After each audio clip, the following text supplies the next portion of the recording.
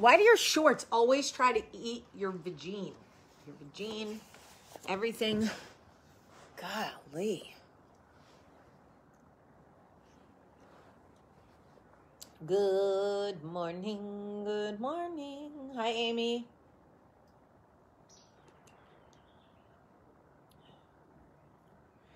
Paint my world to black, tattoo all I see, all that I am, all that I will be. Yeah.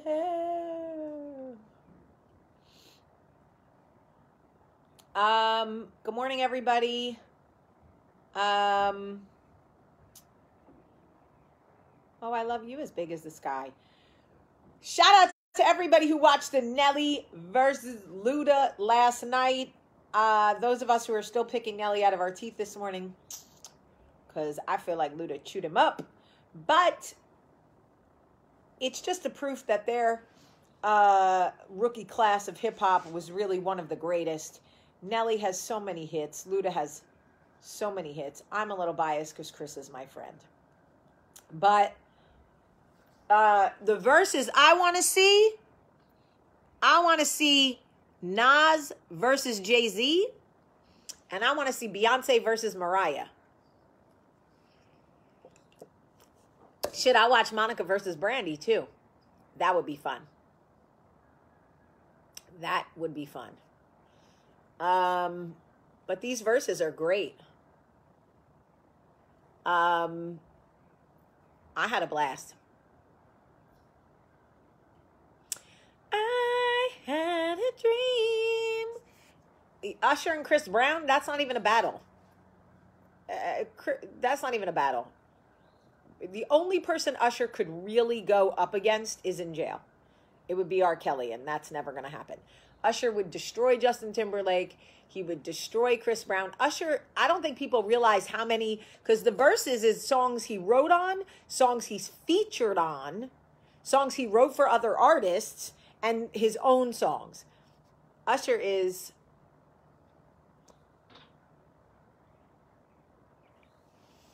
Don't get me started. Ooh, Little Kim versus Foxy Brown. I love Foxy, but Kim would eat her up. Kim would eat her up because Foxy's career stopped and Kim's kept going. So, like, you could do Foxy and Kim for, like, 2 years worth of, 3 years worth of. Although, straight out the gates, yo, we dropped, oh my goodness. Some of, that would be dope. That would be dope. But Kim would destroy Foxy, unfortunately. And I love Foxy. Usher really could only go up against R. Kelly, and that's never going to happen. So, nobody can go up against Missy Elliott. There's not one female in her world. Maybe Janet Jackson. Maybe, if we're going hit for hit. Nobody else. Busta doesn't want to go up against Missy. He would lose to her. Yeah, no. Snoop was right when he said, Busta doesn't want to do that. You don't want to lose to a female artist. I love Foxy.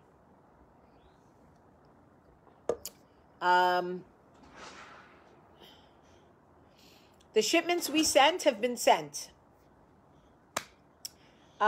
We have to wait because we're not an essential business in New Jersey. The post office has to come and physically pick the stuff up, but they are picking stuff up, and we have shipped out a ton. I don't know what is,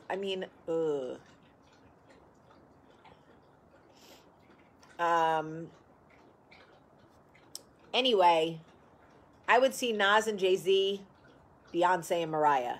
Those would probably be the two, like, best verses. Maybe, I don't know, Ashanti and Sierra. I think Monica and Brandy.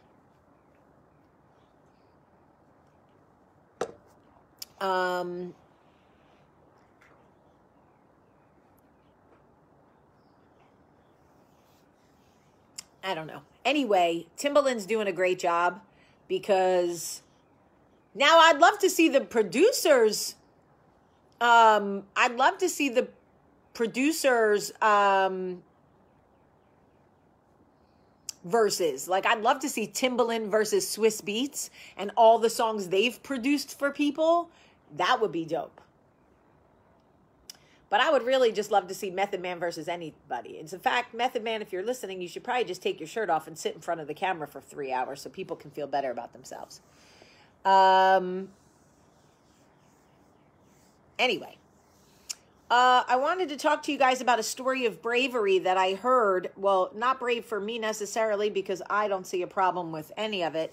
But I wanted to tell you a story about bravery that opened my eyes to the way other people that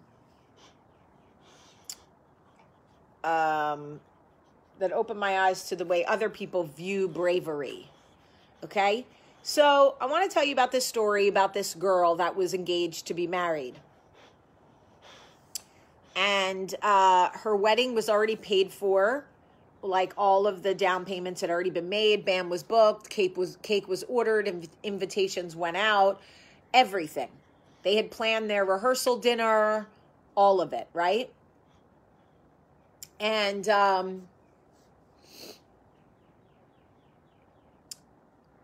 at the last minute, she sat her parents down and said, I can't get married.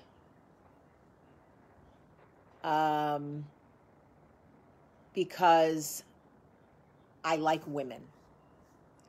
And if I marry him, it will be unfair to him and unfair to everybody who comes to watch, and disingenuous, and I cannot do this.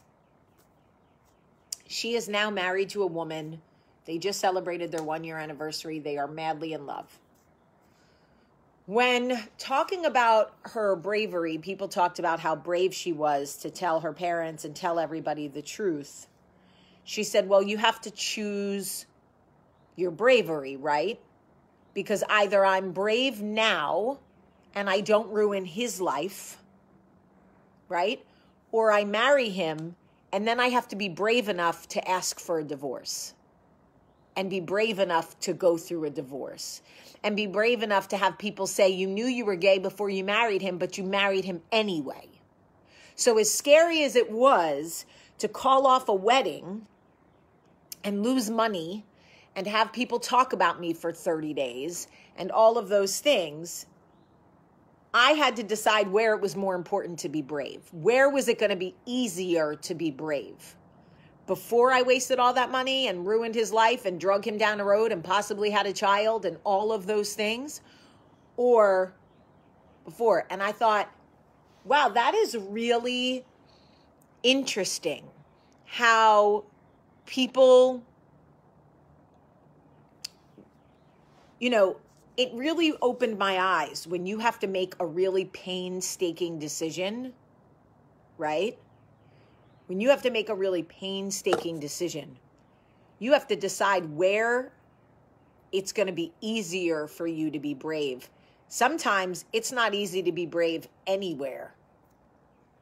Sometimes any decision you make is terrifying.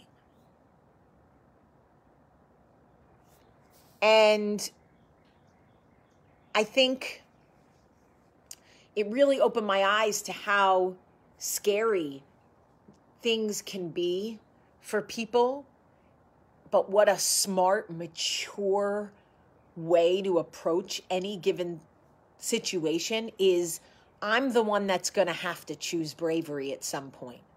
I'm the one that's going to have to live in my truth at some point. And this isn't just about being gay, or this is in general. Anytime you have to make a scary decision, you think about it and you go like, where is it going to be harder to be brave? Who suffers the most? And in which scenario do I cause the most suffering? Because Dreana says, I'm somewhat curious how she got that far into a hetero relationship being a lesbian. Have you met most gay people? They try hetero relationships because they think that's what they're supposed to do. That's what the world tells them they should do. That's what religion dictates they need to do. More gay people than not force themselves through hetero relationships because they are terrified of telling people what they really want. So they go like, okay, I'm going to be straight because that's what society says I have to do. I'm telling you, my situation coming out to my mother was the easiest because of the way she reacted. I was so lucky that I said to my mom in 4th grade, I'm attracted to a girl in my class. Patty, she should never have let it get that far. Oh. Well, Patty. Oh, Patty, what I would do to have coffee with you.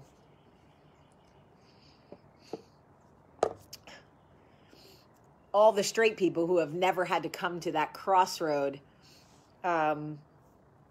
say it's so easy for them to say, why would she get that far down the road with him? Whoo. I want people like Patty to truly understand, because if we just shame Patty for her feelings on it, then she doesn't learn. You can't open someone's eyes to a different perspective if you shit on them the second they give an opinion. So I want all the Patties of the world, even the peppermint ones, to understand. A lot of times we let things get that far because we believe we can play the part. Maybe if we just ignore the fact that we are gay, if we just ignore the fact that we're attracted to other people, the same sex or whatever, it will go away. Maybe I can find someone of the opposite sex, and I will like them enough that I can tolerate being married or whatever to somebody of the opposite sex. We try to fight it because we know that it is, we know that it's not the norm. I only felt comfortable telling people I was bisexual because my mother in 4th grade literally said to me, okay. So I was like, okay. Susan's reaction to my statement dictated the way I viewed myself and how I went on, about my business for the rest of my life. If Susan had been like, you what? You're what? Shame on you. Disgusting. I never want to hear that again. I would have been like, oh my God, I'm gross. What is wrong with me? I think a lot of us may, every single one of us has been faced with a decision where we fear the judgment of others based on that decision. Whether it is gay, whether it is marriage, whether it is divorce, whether it is to have a baby, give up a baby, adopt a baby, take a baby, buy a house, don't buy a house, live in a trailer, rent an apartment, don't get a dog, give up a dog, give away a dog that bit your neighbor's kid. Whatever it is, we have all faced a decision where we feared the judgment of other people. And anybody in any situation could say, how did you let it get that far? Do you know how many kids said to me when I had to give Sparrow away, why did you let it get that far? If you knew the dog was vicious against children Why did you let it get to the point where he bit your neighbor's kid? I asked myself the same question. Like, damn, you knew the dog, but he showed you who he was like 3 different times.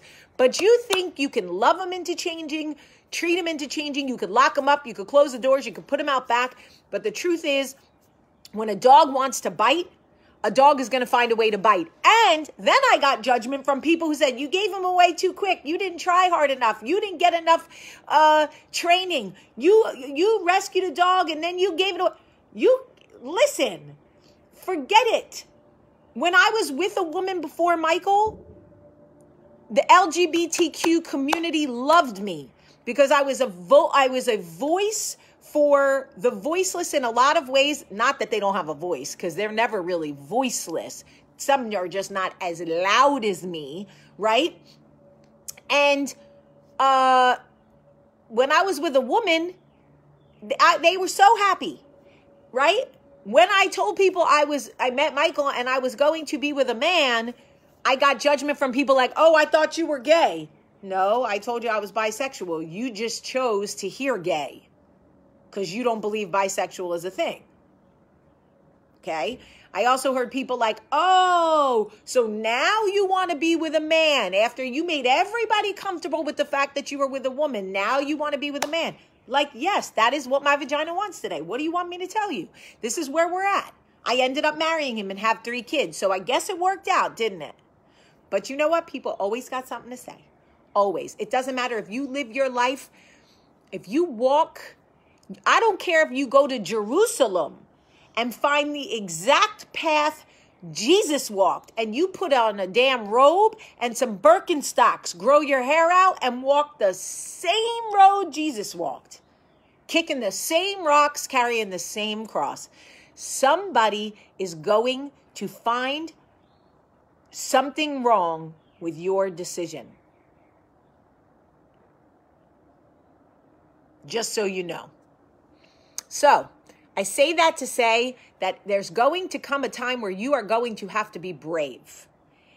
Look at the decisions that you have to make, okay? And just decide where the bravery is going to be harder for you. Because I promise you somebody's going to have a problem anyway.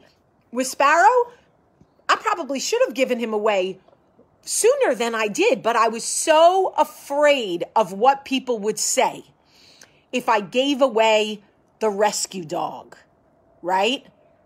So I was like, I'm going to make it work. I'm going to stick it out. I'm going to try to fix it. I'm going to keep him locked up. I'm going to do whatever I can. And then he put 2 puncture wounds in my neighbor's kid's face and scarred that poor baby for life. Then I had to, not only did I then have to give the dog away anyway, but I had to deal with the fact that he bit somebody's kid. So you see, where do you want to be brave?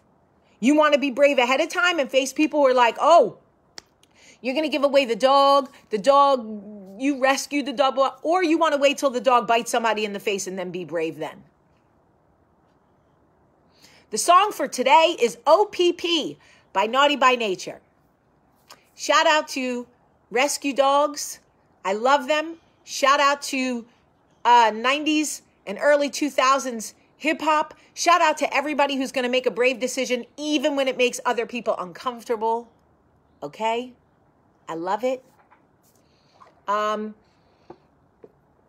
just a healthy reminder that no matter what you do or what you choose, somebody's going to be pissed off. I love you guys very much. I love you. Truly, I love you. Have a great, great day.